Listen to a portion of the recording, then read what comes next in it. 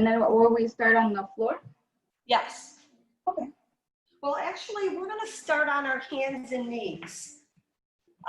We're going to do 5 red flags for weak glutes. Okay. Because everybody thinks they have buns of steel. I know I do. Well, I think I do. So hands and knees. I'm trying to get the best position.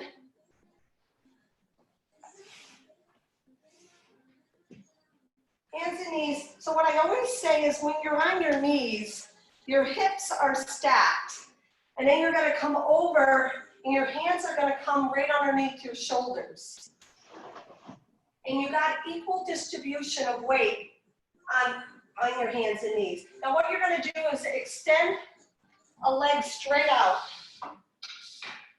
And watch how that, when you take that leg out, watch so that you're not leaning or dipping. So extend that leg straight out, and you literally want your pelvis parallel to the floor. And just hold it there. And you can take it down, toe tap, up and down. And as you're doing this, squeeze the gluteus, squeeze the glute. And if you feel any discomfort, like cramping in your hamstring,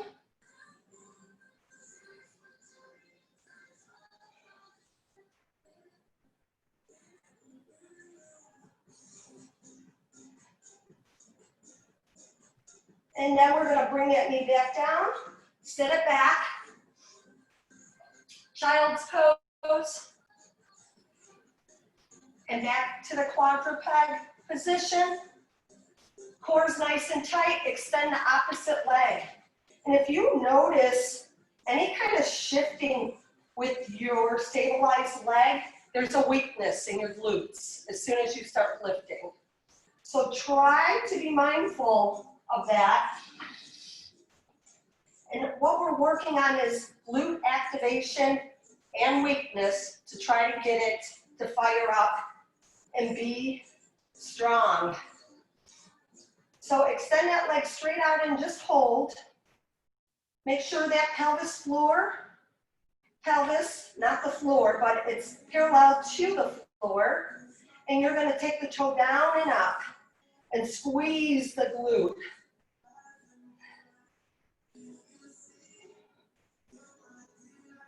Try not to lean on that right hip if that right leg is down, or vice versa in that left hip if that left hip is down.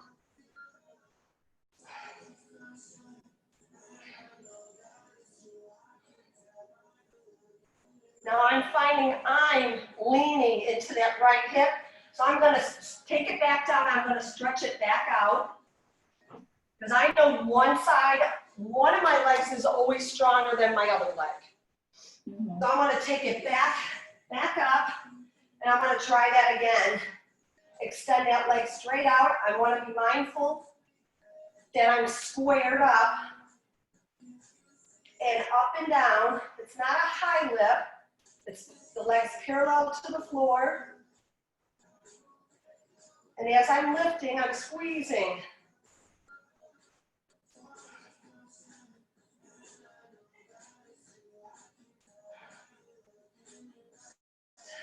Okay, set it back. We're going to repeat that on that right leg, but this time we're going to take the leg to a 90. Come up when you're ready. Take it up to a 90. My foot is flat, so my toes aren't pointed up. They're not pointed down. It's flat, and we're just going to take it up and down. And again, try not to shift that weight in that stabilized leg.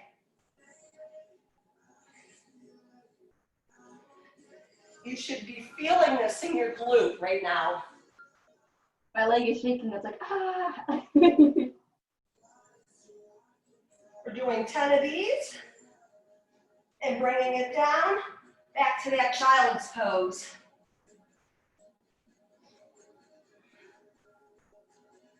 Round up, come on back up. Be mindful of your form. Take the other leg up. And again, it's a flat foot, a bent knee. The quad should be parallel to the floor. And you're taking it up and down, squeezing that glute muscle.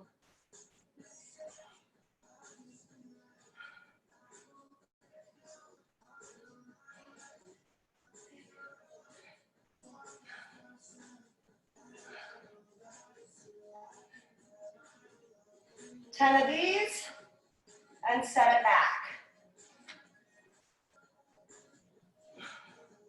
So you didn't get any muscle cramps or spasms doing that, did you, Rosa? There wasn't any discomfort. The only discomfort I felt was my lower back. Okay. So our next one, we're going to get into a bridge position, and we'll work on that. So again, this is a glute activation. Your hands are right behind your heels, and you're going to pop this pelvis all the way up. So you can actually, your core is tight, your chin is off your chest, but you want to feel this all the way from your quad down. And again, you're stretching out, you're activating the glute muscle, which is in your lower back, because all those muscles tie in, and you're going to bring it down, release it, relax it. Lumbar is flat. Don't do that lordosis. So suck in the core, dig through the heels, drive up the pelvis, and come on back up. Try not to stay down, because this isn't a bridge. You gotta almost hyperextend to get those glutes fired up. Now, if you reach back there and touch your glutes, they should be rock hard. Come on down, relax just a little bit, and take it up. Let's go for 10 of these. So down and up, squeeze, squeeze. 3, 4, 5, 6, 7, 8, 9, and 10. Hold and relax. Knees in the chest.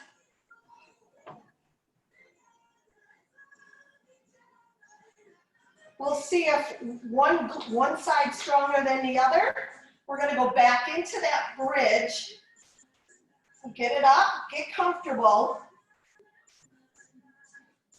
Push it up. Make sure you can feel your pelvic bones, and take one leg straight up. Now take it down and up. Core tight. 4, 5, 6, 7, 8, 9. Last one, hold it up. And that gluteus on that stabilized side should be tight, or as hard as a rock. And relax, bring it down. Knees in the chest.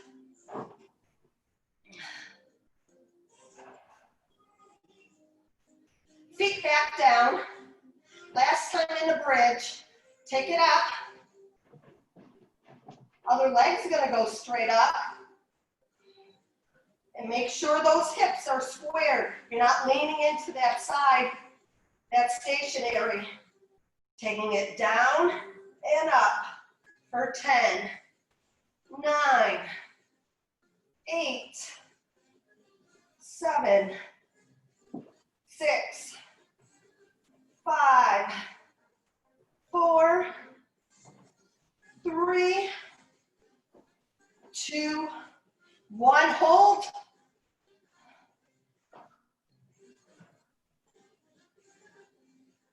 And relax. Knees in the chest. Did you find that one side is stronger than the other side when you're doing a single leg bridge? Or are they both the same because you do a lot of Zumba? So you're switching? I felt that they're both the same. They're both still shaky. Okay. But they're both, I didn't feel like one was a little stronger than the other. I just felt like they're both still, they're okay. But it was, Good.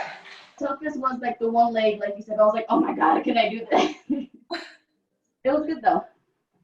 So we are gonna check on balance. Okay. Yeah, that's where I lack. So the Trenton Lindbergh gaunt is when you walk and you don't want any like I don't know. You don't want this when you're walking. When you walk, you want to be able to walk, stabilize the hip, the hips, the glutes, and the core. So one good rule of thumb is try to work on your balance when you stand on one foot. And you don't even have to take the foot up that high off the ground. So hands are going to be on your hips so you can feel your pelvis. And you're going to lift one leg up. And watch as you go to lift that leg up, what your stabilized leg's trying to do is trying to like sacrifice a little bit of movement into the stabilized hip. And we don't want that. So all we want to do is be able to lift that leg up without any hip movement. So lift one leg up and watch your movement. Yeah. It doesn't even have to be a high movement. So pelvic thrust, core is tight, and lift that leg up without any hip movement.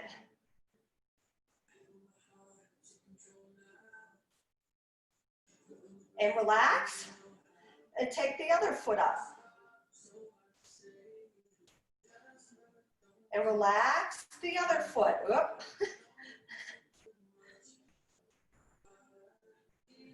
I know I'm weaker in one leg than the other. That's me. Try to keep your hips squared so you're not hip dipping. None of this. Only when you're dancing. I know my hips naturally want to do that. I'm like, no.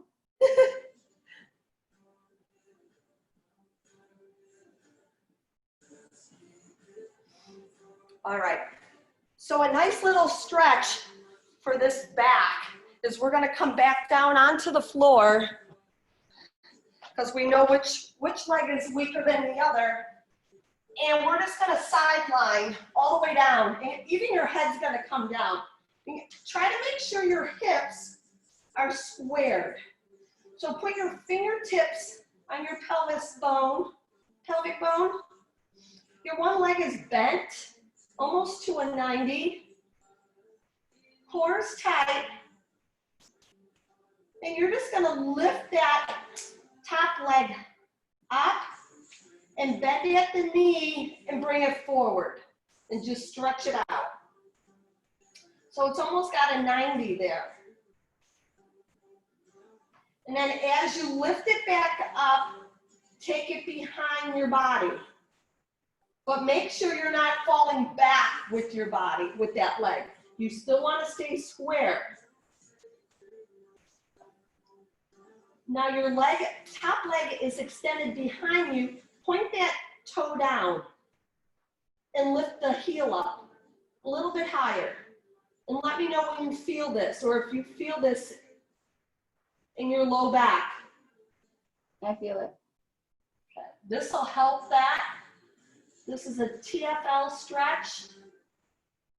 And if it becomes unbearable, bring that knee back up and relax. And after we do this for a couple times, almost all that pain, that discomfort that you have back there should go away almost immediately. So you're going to lift that leg straight back again, extended. Make sure those hips stay square. Be mindful of that. Point that toe down. Gradually lift that heel up. Get a nice higher elevation without leaning forward. and hold it as long as you can.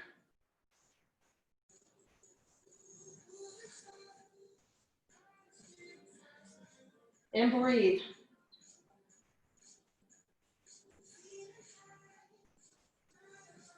And relax, bring that knee up in front.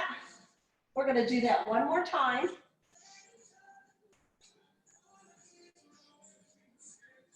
Lift that leg up and take it back behind you, extending it, pointing that toe down, and lift it a little bit higher. You should be able to feel that all the way through your glute. You're a little bit in the hamstring, but the glute in the lower back.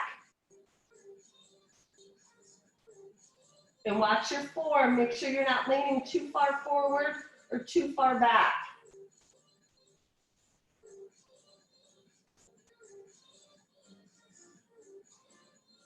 And breathe. If your leg's shaking a little bit like mine is, you can massage it and then relax it. And we're going to switch sides. And of course, one side's always easier than the other. So the first thing, make sure your hips are stacked. You can even put your 4 fingers on your pelvis bone, and your thumb's gonna lay on the back of the TFL where it attaches. And you're gonna bring that knee in front, and you can feel that muscle move. It's right above the bony part of your back. And then bring that leg behind you, and the toes pointing down. But maintain good form.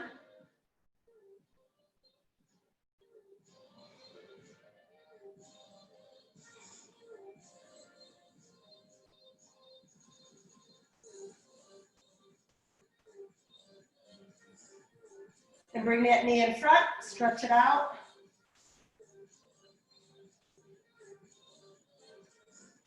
Are you feeling this at all, this stretch? I think this one's my weaker leg. Because I can feel it more shaky than the other one. I can't hear. With this side, I can feel that it's more shaky than the other one. So I do feel. Okay. Oh, good. Because that's the way I am.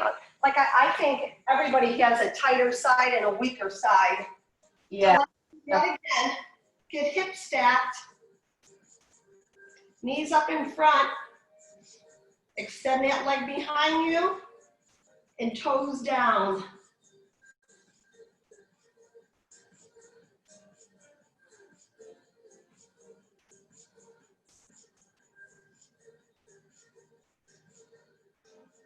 And bring that knee down in front, relax. We'll do that one more time. They usually say around 30 seconds on that. You should be able to build to tolerate that stretch. So we're going for like 18 seconds right now.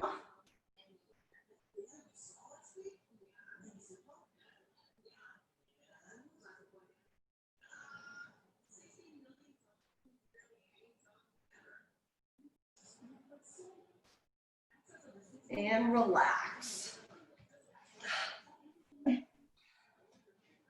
You can grab your roller.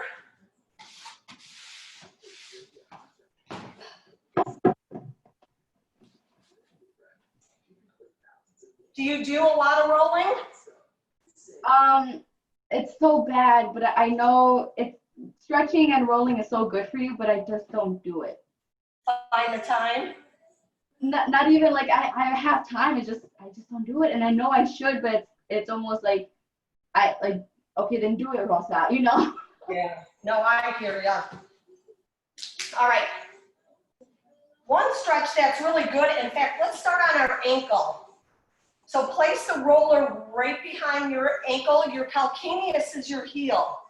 So you can even point your toe, and your hands are behind you, and you're just going to apply pressure to the ankle. So you're elevated up a little bit. If that's too much pressure, you could just cross your leg and apply the pressure on your ankle. Because one thing, our ankles never get a stretch, believe it or not. So you can even point and flex this movement. You can elevate it, taking it up, or you can apply a little bit more pressure by crossing at the ankle.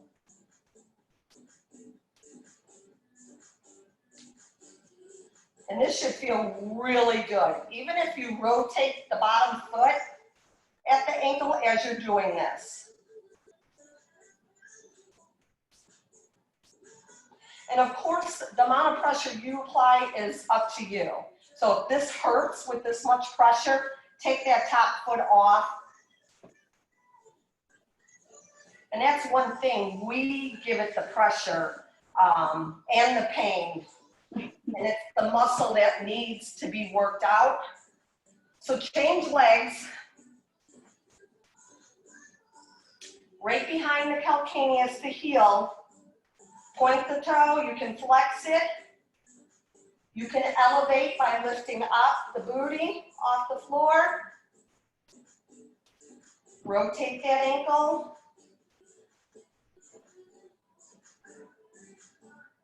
Add a little bit more by incorporating the other leg.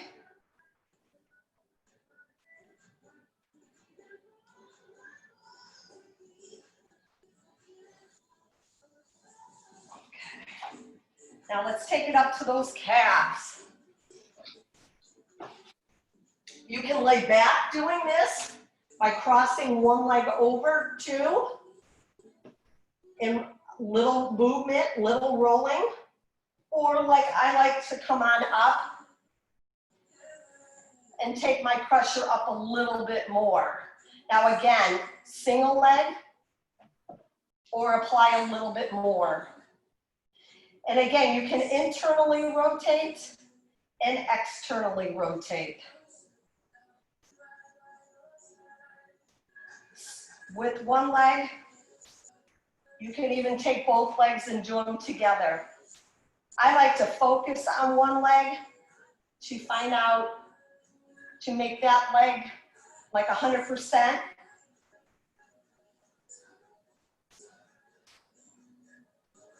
And then I change legs. Because I know when I do things, I really try to work on my balance and my form and try to make sure I'm stable, but sometimes we're not stable. Rotate internally, externally.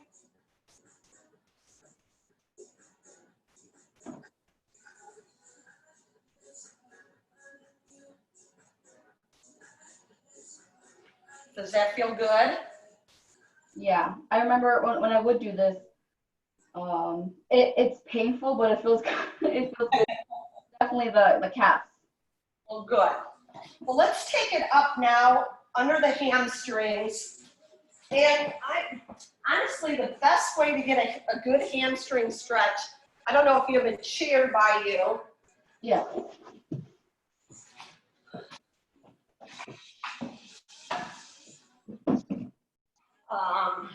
It does not look the greatest, but it does work. And you would never think to do this, but literally you have your roller on it and you're just plopping one hamstring up on it. It works really good with bar stools, like the counter height. I'm just really short, and I'm wondering if I fall off.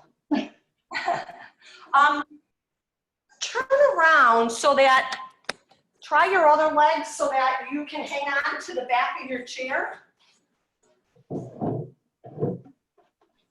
You know, you got one hand on the front of the seat. And again, it doesn't look the greatest, but you really can get it, if you got like those jump up, those box steps in that, you can do it on that. But it does really, it sounds, like I said, it is an awkward position, but it does really get right there. doesn't it? It does. Yeah, if your husband walks in or somebody walks in, they'll be like, what are you doing? Oh, I'm gonna leave.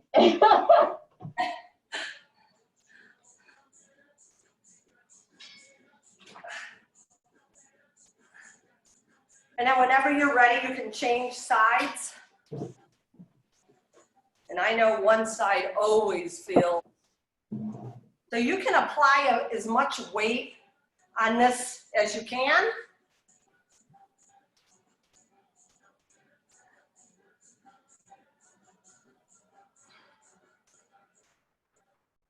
So it's hard to get this deep into the hamstring muscle, especially all three of them. You have 3 hamstrings? We have 3 hamstrings? Yes. Oh, Yeah. I know that. All right. So let's move the chair. And let's take you down into a seated position on the floor. Oh. Let's take it down.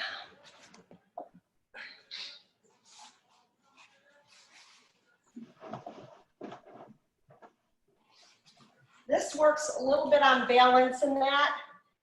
So you can get into your hamstrings this way, but I just feel when you're standing, you're applying a little bit more pressure than when you're down like this.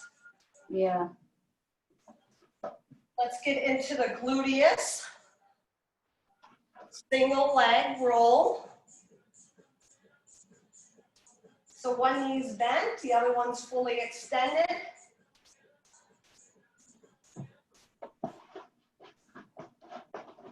And then you're going to change legs. My roller is little. Mine is too. I want to get those really long ones, but they're expensive. They are. I'll have to watch for a special. I want to get that and I want to get a Bosu. So I'm waiting for a good special. I know, I think everything right now, especially since the whole pandemic right now, everything's expensive, extremely. Right. So one thing we do not roll is our lumbar. Oh. Okay. Our lumbar has no protection on it. It's basically your spinal cord. And if you roll on your lumbar, it puts way too much, it actually pinches the vertebrae. So try to stay off the lumbar area, the core area here. You can roll on your stomach, but that's not going to do you any good.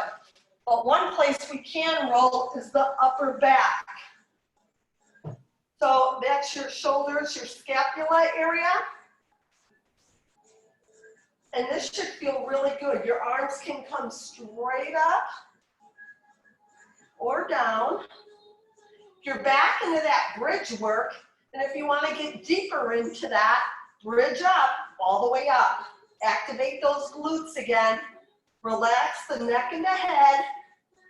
You got that lemon or lime or orange in between your chin and your chest. And just roll that upper back. The thoracic spine. You can bring the arms up to get deeper.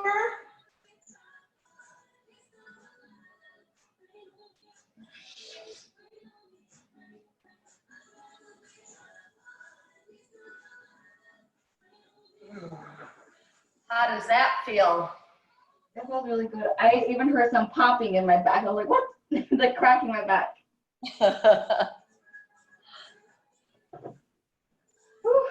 Well, thank you for hanging out with me. Yeah, thank you. Because I always look on YouTube about like stretching and foam rolling.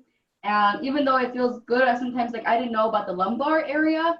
Like I would do it. I would go all the way. And now that you say that, I'm like, maybe that's what's causing my lower back pain. Yeah, a lot of people don't know that when they're foam rolling. But you think about your rib cage. Yeah. Your thoracic, it's all protected. Your spinal column's in that cage. And then you get down to your lumbar, the L5 to, I think there's 7 of them down there, and there's no protection. And if a lot of people have like a bulging disc, imagine rolling on that, the amount of pain is just gonna inflame it even more. It's not advisable. I mean, you can search it, and but people roll it, and they shouldn't be rolling it. You like to tell people that, don't roll your lumbar because of that. There's no protection. And of course, you can inflame whatever's going on there even more. So those other stretches should help everybody thinks they have lower back pain, but a lot of it's your TFL that runs down from your hip, your pelvis, all the way down to your knee. So insertion is up here, but it wraps in the bony part back here, which looks kind of weird, and it goes all the way down, and they'll call it my IT band. And that's another thing. But it's not your back usually, it's that muscle. I've seen like when foam rolling, they do like the inner thigh, and then like this, they said that it hurts, but they said like the outer thigh. Oh my God, I tried it and I was in pain. I was in pain. Well, they say if it hurts that bad, usually you're making it worse. Oh, okay. So, try that other stretch, the side lining stretch that I showed you. Yeah. One, because that's your total body taking that up and stretching it. And I did that probably for like 3 days in a row, and I haven't had any lower back pain whatsoever. I'm not gonna lie, usually I do have like, even like during exercise